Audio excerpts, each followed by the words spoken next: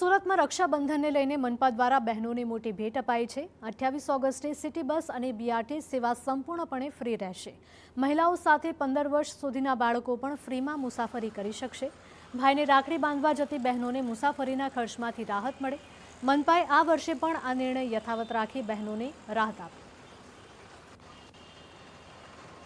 સૌ સુરતવાસીઓને રક્ષાબંધનના પર્વની ખૂબ ખૂબ શુભેચ્છાઓ, શુભકામનાઓ। રક્ષાબંધન નિમિત્તે દરેક બહેનોને ફ્રીમાં મુસાફરીની કરાવવામાં આવશે મહાનગરપાલિકા દ્વારા, અને 15 વર્ષથી નીચેના બાળકોને પણ આ મુસાફરીનો લાભ મળી રહે। રાખડી બાંધતા પહેલા જરા સાવધાન, કારણ કે ભાઈ બહેનના પ્રેમના આ પવિત્ર તહેવાર પર સાયબર ઠગો તમારા બેંક એકાઉન્ટ પર નજર રાખીને બેઠા છે। ફ્રી ગિફ્ટથી લઈને માત્ર 5-10 રૂપિયાની પેમેન્ટ સુધી એક નાની ભૂલ તમને કંગાળ કરી શકે છે। રક્ષાબંધન નજીક આવતા જ સાયબર ઠગો એક્ટિવ થયા છે। વોટ્સએપ અને એસએમએસ પર ફ્રી ગિફ્ટ, લોટરી કે ડિસ્કાઉન્ટ કૂપનની લાલચ આપી અજાણી લિંક મોકલવામાં આવે છે।